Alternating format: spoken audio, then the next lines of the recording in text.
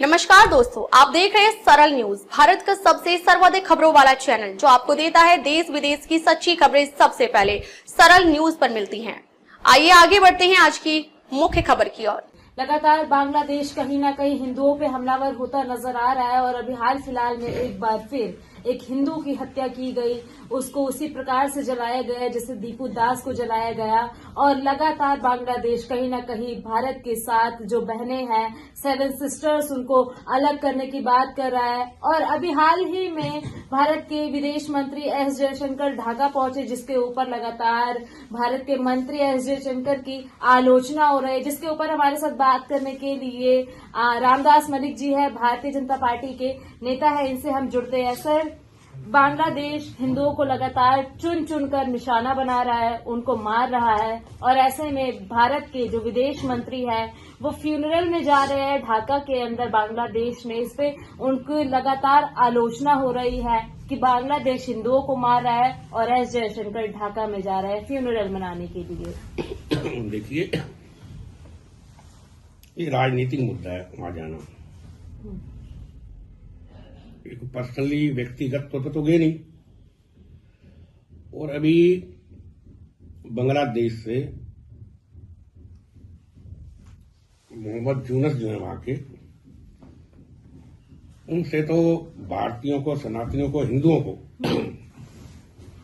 हिंदुओं में रोष है। लेकिन जो सवाल आप कर रही हैं, एक राजनीतिक सवाल है। ये डेमोक्रेसी कंट्री है, कोई इतने अभी हालात मुल्कों के नहीं बिगड़े। वहां के नेता थी वो, इसमें तो कोई आलोचना नहीं होनी चाहिए। अभी लगातार हिंदुओं को कहा जाता है हिंदू जाग रहा है, हिंदू जाग रहा है, लेकिन हिंदुओं को इस प्रकार से टारगेट किया जा रहा है। हिंदू अभी भी कहीं न कहीं सोया हुआ नजर आ रहा है। नहीं, आज के समय हिंदू जाग चुका है, सनातनी जागा हुआ है। कैंडल मार्च निकालने से ही हिंदू जागेगा केवल? आपने बदलने से जागा, आपने देखा नहीं? जो 3 टर्म से भारत के अंदर मोदी सरकार आ रही है, मोदी जी की, वो दिखाता है कि हिंदू जाग चुका है, सनातनी जाग चुका है। पहले क्या होता था? पहले तुष्टीकरण की कांग्रेस की नीति थी। हिंदुओं को, सनातनियों को बांटा गया था जात पात के अंदर। अब एक बात मैं और कहता हूं, कांग्रेस की नीति पे आप आ जाइए। हिंदुस्तान आजाद हुआ, पहले शिक्षा मंत्री कौन थे? मौलाना आजाद थे ना। इतने भरे तब हिंदुओं की 90% संख्या थी, यहाँ पर सनातनियों की 90% संख्या थी। क्या ये सोची समझी साजी नहीं थी कांग्रेस की कि एक मुसलमान को शिक्षा मंत्री बना देना? उसके पीछे क्या था तर्क? इतिहास को दबाना, इतिहास को मिटाना। शिक्षा ही तो एक स्तंभ होती है सबसे बड़ी देश की। हिंदुओं के इतिहास को बदलना, वो सबसे बड़ा इतिहास बदला गया। ग्रेट ग्रेट अकबर, अकबर महान। क्या बात है, कहां से महान था अकबर? एक अत्याचारी था, आक्रमण किया भारत के ऊपर, हिंदुओं के प्रति कितने टैक्स उसने थोपे, उसको अकबर महान कह दिया इन्होंने। लेकिन हिस्ट्री की बुक्स में उन्हें एक सेक्युलर डिक्टेटर के रूप में दिखाया गया है। तो किसने लिखी हिस्ट्री उस टाइम? तब तो यही तो चाल थी कांग्रेस की। तभी शिक्षा मंत्री 90% आबादी हिंदुओं की और शिक्षा मंत्री मुसलमान। ये चाल नहीं थी, क्या थी? उसमें यह था कि जितना शिक्षा के अंदर हमारे हैं उसको मिटाना और दूसरों का जो शिक्षा प्रणाली है उसको थोपना हिंदुओं में। ये बहुत गहरी चाल थी।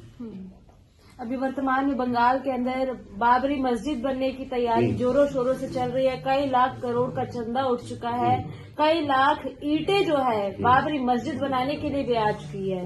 उसमें किसी सनातनी, किसी हिंदू का मतलब इतराज नहीं, बनाए मंदिर।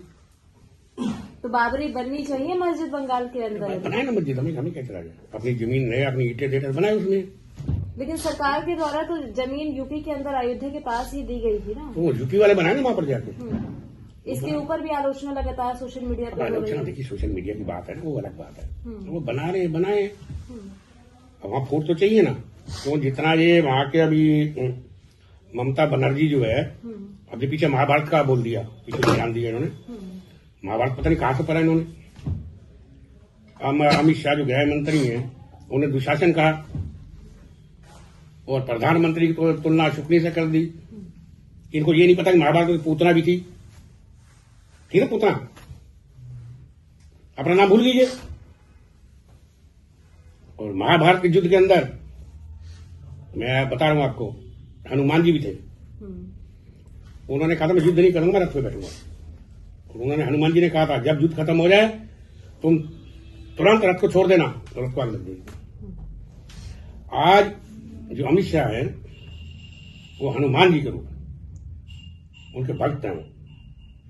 और जो हमारे प्रधानमंत्री नरेंद्र मोदी जी हैं वो अर्जुन है, और ये पूतना उन्हें दुशासन बता रही है, उन्हें शुक्नी बता रही है। इस पूतना के राज्य के अंदर जितना नुकसान सनातनियों का हुआ है, हिंदुओं का हुआ है, किसी का नहीं हुआ। घुसपैठ किए सारे बांग्लादेशी, अभी तिलमिलाई हुई है। और इसे पता है इसका जाना तय है पूतना का, बिल्कुल तय है इसका जाना पूतना। अच्छा, अभी बंगाल और भारत के जैसे रिश्ते चल रहे हैं, ऐसे में आईपीएल इंडियन प्रीमियम लीग जो है, केकेआर जो टीम है शाहरुख खान की, उन्होंने अपने टीम में एक बांग्लादेशी क्रिकेटर को जगह दिया है, जिसको लेकर लगातार शाहरुख खान को एक देश विरोधी, देशद्रोही कहा जा रहा है। इसके ऊपर आप क्या कहना चाहेंगे? आज के माहौल के अंदर शाहरुख खान को ये हरकत नहीं करनी चाहिए थी। मेरी अपनी निजी राय है। जब देश में तनाव है, देश में हिंदुओं के अंदर जलन है, और ऐसा कदम उन्हें नहीं उठाना चाहिए था। कुछ लोग इसको स्पोर्ट्समैनशिप के जरिए से देखते नजर आ रहे, नजरिए से कि स्पोर्ट्समैनशिप में तो ये चलती है। देखिए, अभी हाल ही में भारत और पाकिस्तान का भी मैच किया गया था बीसीसीआई अध्यक्ष जय शाह के द्वारा। ऐसे नहीं चलता, माहौल देखा जाता है। भारत में यदि रहना होगा तो वंदे मातरम कहना होगा। भारत में यदि रहना होगा तो वंदे मातरम कहना होगा। और बांग्लादेश की घटना को देखकर जिस हिंदू का, जिस सनातनी का खून ना खोले, वो खून नहीं हो पानी है। इन घटनाओं को देखते हुए जिस हिंदू का मैं कह रहा हूं खून ना खोले, खून नहीं हो पानी है, बेकार उसकी जिंदगानी है, मिट्टी में उसकी मर्दानगी है। बहुत शुक्रिया। देखिए, हमारे साथ भाजपा नेता आरडी मलिक जी थे। अब तक के लिए बस इतना ही, फिर मिलते हैं एक ऐसी ही बड़ी खबर के साथ। तब तक के लिए नमस्कार और देखते रहिए सरल न्यूज।